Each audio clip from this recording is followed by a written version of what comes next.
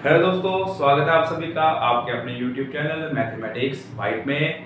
तो जैसे कि हम कर रहे थे 2D कॉन्सेप्ट बिल्डअप कोर्स, जिसके अंदर हमने पॉइंट का जो कॉन्सेप्ट था, बिंदु, वो कंप्लीट कर लिया था। आज हम सरल रेखा को हम स्टार्ट करने वाले हैं। तो करते हैं स्टार्ट। सरल रेखा, सबसे पहले सरल रेखा होती क्या है इसकी मैं डेफिनेशन लिखता हूं। दो बिंदुओं के मध्य न्यूनतम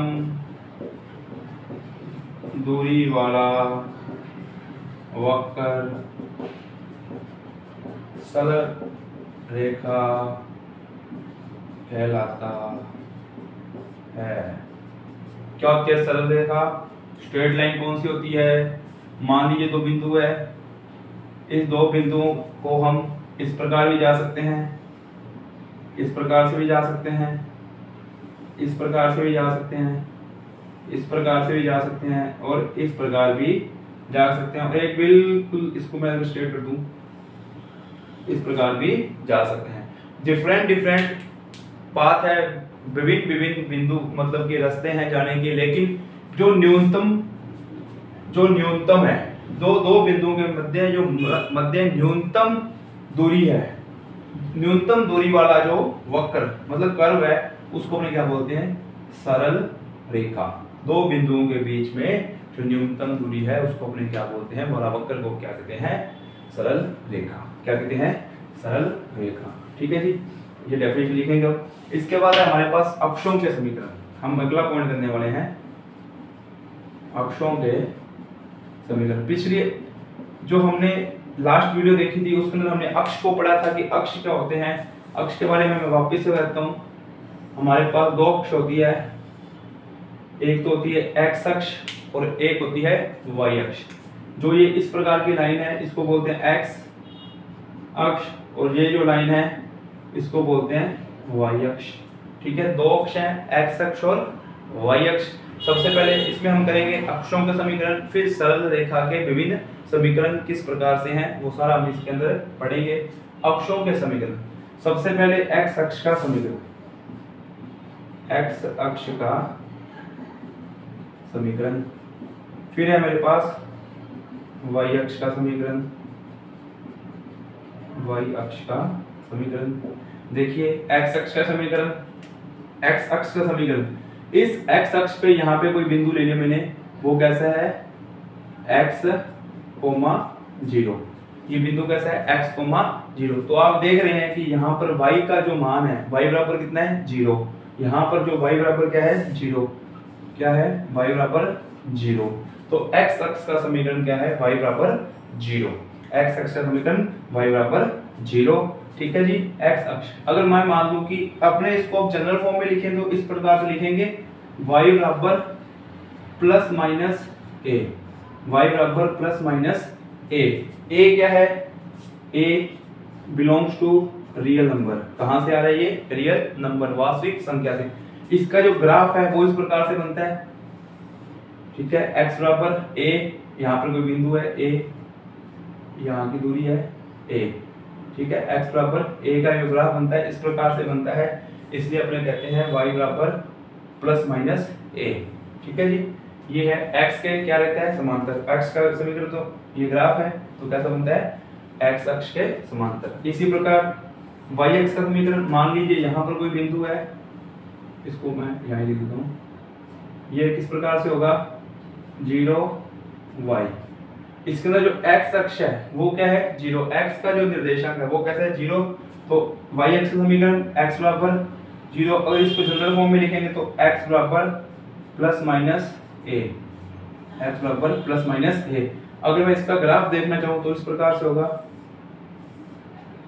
ये x बराबर a, ये a दूरी है ना, इस प्रकार। ये कौन सी होगी? Minus a। तो मतलब x बराबर a। ये तो रहता है, ये क्या रहता है? x अक्ष के समांतर, और ये क्या रहता है वाई अक्ष के समांतर, ये कहता है वाई अक्ष के समांतर। ठीक है जी, ये है अक्षों के समीकरण जो हमारे को पता होना चाहिए, बड़े ही काम के हैं, नोट कीजिए अच्छे से। हाँ जी, नेक्स्ट है किसी रेखा की प्रवणता या अपने बोलते हैं ढाल। ठीक है, प्रवणता या ढाल। मान लीजिए कोई रेखा इस प्रकार से रेखा है, इस रेखा द्वारा x अक्ष की धनात्मक दिशा का जो कोण बनाया गया वो कौन है, थीटा। इस थीटा का अगर हम क्या ले लें, इस थीटा का स्पर्शज्या मतलब टेंजेंट ले लें। ठीक है, किसी रेखा की प्रवणता के कोण की स्पर्शज्या मतलब टेंजेंट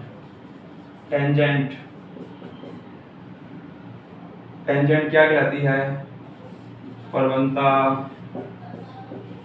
कहलाती है। तो मतलब m से डिनोट करते हैं बराबर, उसका हमने थीटा का ले लिया tan थीटा। ये प्रवणता निकालने का एक फॉर्मूला है। अगर आपको थीटा दिया जाए तो आप उसके आगे tan लगा दीजिए, वो रेखा की क्या हो जाएगी, प्रवणता या ढाल हो जाएगी। मान लीजिए इस प्रकार से वो रेखा है, तो ये इस प्रकार से जो बना एंगल, इसको क्या बोलेंगे, थीटा। और इसके ऊपर अपने क्या लगा दें, tan लगा दें, तो वो क्या बन जाएगी, tan थीटा। स्पर्शज्या लगाते ही क्या बन जाएगी, ढाल बन जाएगी। अगर आपको दो बिंदु x1 y1 व x2 y2 से अगर हमारे को क्या निकालनी है, प्रवणता निकालनी है, तो अपने क्या करेंगे, m बराबर y2 माइनस y1 अपॉन में x2 माइनस x1 के सूत्र के द्वारा हम इसकी क्या निकाल सकते हैं, प्रवणता निकाल सकते हैं। दो बिंदुओं से प्रवणता कैसे निकाली जाती है, इस प्रकार हम देख सकते हैं। इसके बाद अगली बात करते हैं, हम अगले पॉइंट की बात करते हैं। यहीं पर लिख देता हूं मैं, नोट लगा के लिख लेंगे आप। हाँ जी, नोट लगा के लिखेंगे, क्या लिखेंगे, देखिए अगर ये रेखा इस प्रकार है, x अक्ष के समांतर है, यदि कोई रेखा x अक्ष के समांतर है, x अक्ष के समांतर है, तो उसका ढाल या प्रवणता कैसे निकालते हैं। प्रवणता क्या निकलेगी, देखिए यहाँ पर हमने पढ़ा x अक्ष के समांतर है, तो जो एंगल है थीटा वो कितना बनने वाला है, तो थीटा बराबर कितना, 0 डिग्री। एंगल कितना बनने वाला है, 0 डिग्री। तो tan थीटा जो होता है वो बराबर m होता है, तो यहाँ से tan 0 बराबर 0। अगर कोई रेखा x अक्ष के समांतर है, तो उसका जो ढाल है, तो प्रवणता है, वो क्या रहती है, m बराबर 0 से हम उसको लिखते हैं। और देखिए यदि कोई रेखा x अक्ष के लंबवत है, तो प्रवणता क्या रहेगी उसकी, m बराबर tan थीटा, और यहाँ पर थीटा बराबर कितना, लंबवत है 90 डिग्री, तो m बराबर tan 90, m बराबर क्या रहेगा, इनफाइनाइट। उसका जो उसकी जो भी ढाल है वो क्या रहेगी, इनफाइनाइट। ठीक है, इसको आप नोट कीजिए, अच्छा क्वेश्चन है, काफी काम आएगा आगे हमारे। आगे लिखते हैं आप नेक्स्ट पॉइंट,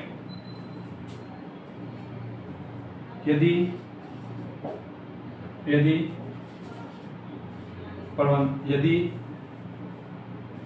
x अक्ष के साथ न्यून कोण है तो प्रवणता कैसे रहेगी? प्रवणता धनात्मक होगी तथा एक्स अक्ष के साथ अधिक कोण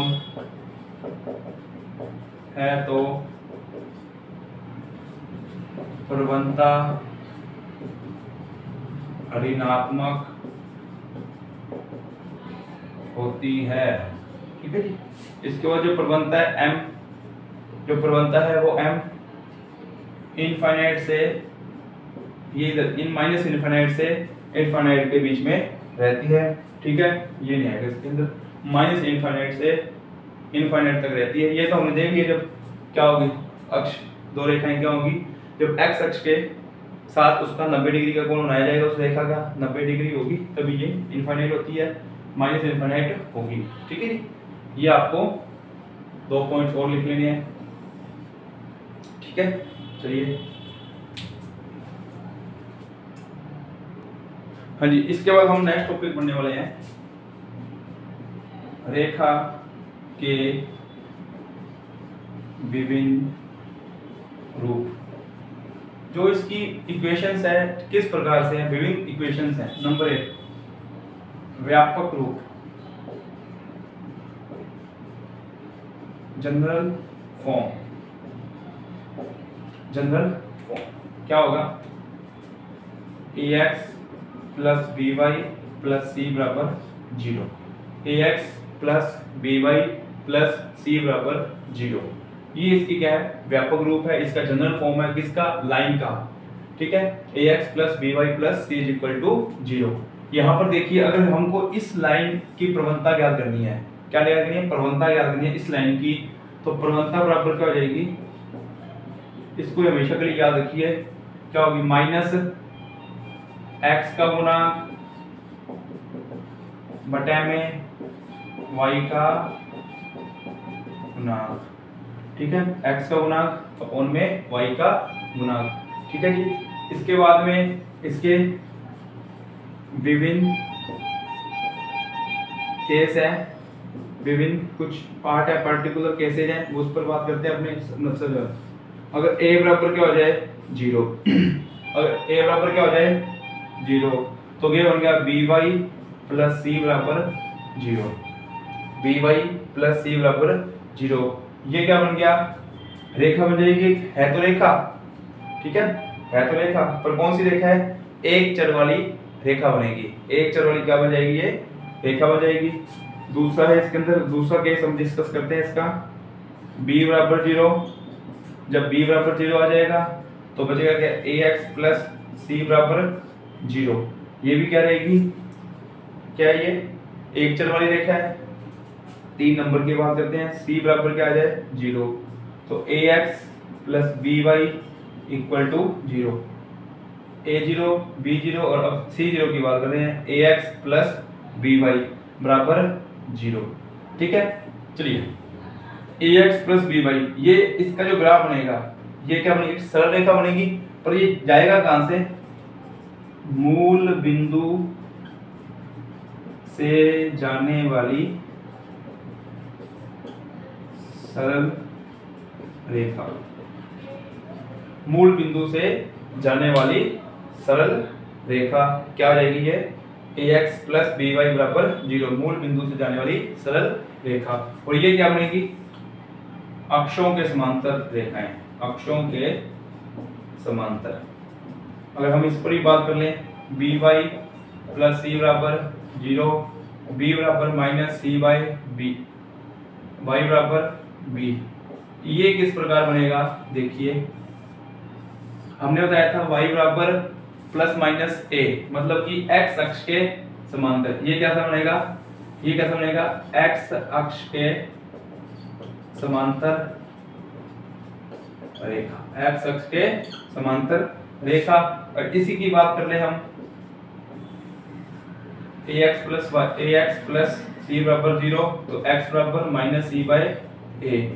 ये कैसे बनेगी? y अक्ष के समांतर रेखा। ठीक है, वाई अक्ष के समांतर रेखा। ये इसका पहला रूप है, व्यापक रूप। वो कैसा होता है, ax + by + c = 0।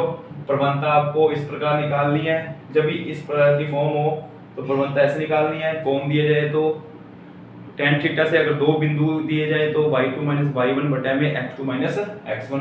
इसको अच्छे से नोट कर लीजिए। बस अपने कॉन्सेप्ट पढ़ रहे हैं, क्वेश्चन अपने साथ साथ करेंगे इस बार। चलिए, इसके बाद है नंबर 2। नंबर 2 है हमारे पास ढाल रूप। ढाल रूप, स्लोप फॉर्म। स्लोप फॉर्म क्या होगा, देखिए इस प्रकार से कोई रेखा है मान लीजिए, ठीक है। यहां पर y बराबर क्या बनेगा, जो इसका इक्वेशन बनता है ये आपको ध्यान रखना है, y बराबर mx + c। mx + c, यहां पर m रेखा की ढाल और c y अक्ष पर कटा अंतःखंड। m बराबर तो क्या है, स्लोप ऑफ लाइन, और ये क्या है, इंटरसेप्ट इन y एक्सिस। y एक्सिस पर क्या है, इंटरसेप्ट है, ठीक है। ये देखिए यहां से यहां तक जो ये दूरी है, डिस्टेंस है, ये क्या है, c है, और यहाँ पर एंगल थीटा बन रहा है। m का मान हम यहाँ से निकाल सकते हैं। अगर हम डायरेक्ट बात करें, अभी हमने फॉर्म भी पढ़ा था कि ax + by + c = 0। इसको इधर ले लो, mx - y + c = 0। ये वैसे ही बन गया ना, ax + by + c = 0। और हमने अभी सीख के आए थे, हम क्या सीखा था, इसकी जो प्रवणता है वो कैसे निकालते हैं, -x का गुणांक बटे में y का गुणांक, क्या आ गया, m आ गया। मतलब यहाँ पे जो इस प्रकार की समीकरण होगी आपके पास में, y बराबर mx + c, जो x का गुणांक होगा m, वही क्या होगा, हमारा उस रेखा का ढाल होगा। ये इसका तीसरा रूप है, दूसरा रूप है। अब हम बात करते हैं इसके तीसरे रूप की। जो इसका तीसरा रूप है वो है अंतःखंड रूप, इंटरसेप्ट फॉर्म। इंटरसेप्ट फॉर्म की बात करते हैं। इंटरसेप्ट फॉर्म इस प्रकार का होगा, x बटा में a, y बटा में b बराबर 1। देखिए x बटा में a मतलब कि x अक्ष में कटा अंतःखंड, x अक्ष पर काटा गया अंतःखंड, b बराबर y अक्ष में काटा गया अंतःखंड। ये इसका कौन सा फॉर्म हो गया, अंतःखंड रूप हो गया। सबसे पहले व्यापक रूप, फिर हमने पढ़ा ढाल रूप, स्लोप फॉर्म, इसके बाद हमने पढ़ा इंटरसेप्ट फॉर्म। ओके, करेंगे नोट इसको अच्छे से। हाँ जी, इसके बाद है लंब रूप। लंब रूप, चलिए ये कोई रेखा है हमारे पास, यहाँ पे जो है मूल बिंदु से परपेंडिकुलर डाला, लंब डाला, जिसकी लंबाई कितनी है p, इसकी लंबाई कितनी है p, और इस रेखा का x अक्ष का झुकाव कितना है अल्फा। इस रेखा का x अक्ष का झुकाव कितना है अल्फा। तो इसका फॉर्म बनेगा x cos alpha y sin alpha बराबर p। अब यहाँ पर हम बात करते हैं p मूल बिंदु से रेखा पर लंबवत दूरी। दूरी हमेशा क्या होती है, पॉजिटिव होती है, तो हमेशा p को क्या लेना है, पॉजिटिव लेना है। उसके बाद अल्फा, अल्फा x अक्ष के साथ झुकाव, एक्स अक्ष के साथ क्या रहेगा, इसका झुकाव रहेगा। इसको क्या बोलते हैं, अल्फा बोलते हैं। इसको अपने एक एग्जांपल भी करके देखते हैं। देखिए √3x माइनस वाई माइनस 2 बराबर 0, ठीक है, प्लस 0 यहाँ पे, में p व अल्फा का मान ज्ञात करो। तो सबसे पहले देखो ये फॉर्म कौन सा है, ये फॉर्म है ax plus by plus c बराबर 0 का फॉर्म है ना, ठीक है। ax plus by plus c बराबर 0 का फॉर्म है, लेकिन हमको चाहिए क्या, इस फॉर्म में आंसर चाहिए, हमको ये चाहिए ना। तो इसको थोड़ा सा मैं चेंज करता हूँ, सोल्व करता हूँ। x प्लस y बराबर 2, ठीक है, बराबर 2। x के साथ क्या होता है, कोस अल्फा, x के साथ हमारा क्या है, कोस अल्फा। अब आपको पता है अगर मैं यहाँ पे 2 लगा दूं तो √3/2, यहाँ पे कोस अल्फा है ना, कोस अल्फा, तो √3/2 ये कहाँ होता है, √3/2 कोस के अंदर ये कहाँ होता है, 30 के अंदर होता है। तो मेरे को यहाँ भी क्या करना पड़ेगा, 1/2 लगाना पड़ेगा, और यहाँ भी क्या लगाना पड़ेगा, 2 से, मतलब 2 से डिवाइड कर दिया। तो देखिए ये क्या x, ये कितना बन गया, cos 30, y ये साइन के अंदर होता है, sin 30 बराबर, ये कट के 1। तो ये फॉर्म बन गई ना, x cos alpha plus y sin alpha बराबर p। तो देखो अल्फा कंपेयर कर लो, अल्फा कितना हो गया 30 डिग्री और p कितना हो गया 1। इस प्रकार से हम इसको क्वेश्चन को चेंज कर सकते हैं, ठीक है जी। इसको नोट करेंगे, या फिर इसको एक और तरीके से भी हम हल कर सकते हैं। सिंपल सी बात है, देखो ax plus by plus c बराबर 0, इस अगर हमको इसको क्या करना है, चेंज करना है, किसके अंदर, इस फॉर्म के अंदर चेंज करना है, तो इसके डायरेक्ट फॉर्मूले याद कर सकते हैं आप अगर करना चाहो तो। cos अल्फा बराबर a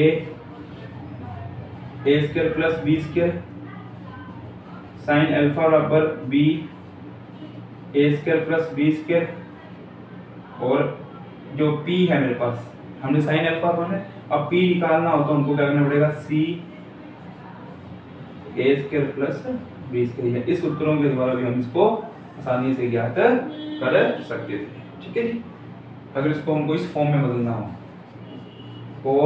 x cos alpha plus y sin alpha बराबर p रूप में बदलना हो तो इस प्रकार हम मान ज्ञात कर सकते हैं। ये था हमारा लंब रूप, नोट करेंगे लंब रूप को भी।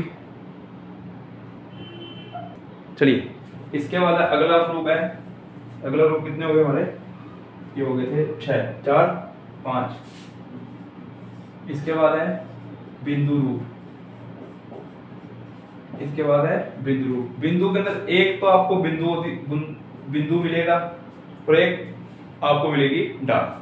तो उसके लिए फॉर्मूला बन जाएगा y minus y1 m x minus x1। इस प्रकार से हम ज्ञात कर सकते हैं बिंदु रूप से समीकरण किसका, रेखा का।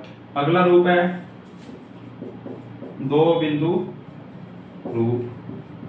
अगर आपको दो बिंदु दे दिए तब आपको समीकरण निकालना हो तो क्या करना है, y1 अब m x माइनस, ये तो हमने पढ़ा था अभी एक बिंदु रूप, लेकिन m क्या है, m वहां पर आपको दो बिंदु दिए जाएंगे वहां से निकालनी है। मान लो ये दे दिया x1 y1 x2 y2, तो ये बन जाएगा m y minus y1, m क्या बन जाएगा y2 माइनस y1 अपॉन में x2 minus x1 x minus x1। इस सूत्र के द्वारा हम किसी भी रेखा की समीकरण ज्ञात कर सकते हैं अगर दो बिंदु आपके पास हो। अगर दो बिंदु से जाने वाली रेखा का समीकरण पूछ ले तो यहाँ से निकाल सकते हैं, एक बिंदु व एक से जाने वाली समीकरण यहाँ से निकाल सकते हैं, लेकिन वहां पर आपको m का मान उसको देना पड़ेगा, ठीक है जी। ओके स्टूडेंट्स, तो ये था आज हमारा बेसिक कॉन्सेप्ट किसके ऊपर, सरल रेखा पर। हमने उसकी सरल रेखा के बारे में पढ़ा, अक्षों के समीकरण को पढ़ा, उसके बाद में हमने रेखा के विभिन्न रूपों के बारे में डिस्कस किया। कल हम इसको आगे कंटिन्यू करेंगे। आगे की वीडियो लेक्चर में हम देखेंगे इसके विभिन्न जो कॉन्सेप्ट है उसको पढ़ेंगे। ऐसे करते हुए हम कॉन्सेप्ट को पढ़ के साथ साथ इसके क्वेश्चन सोल्व करेंगे। ओके जी, थैंक यू सो मच।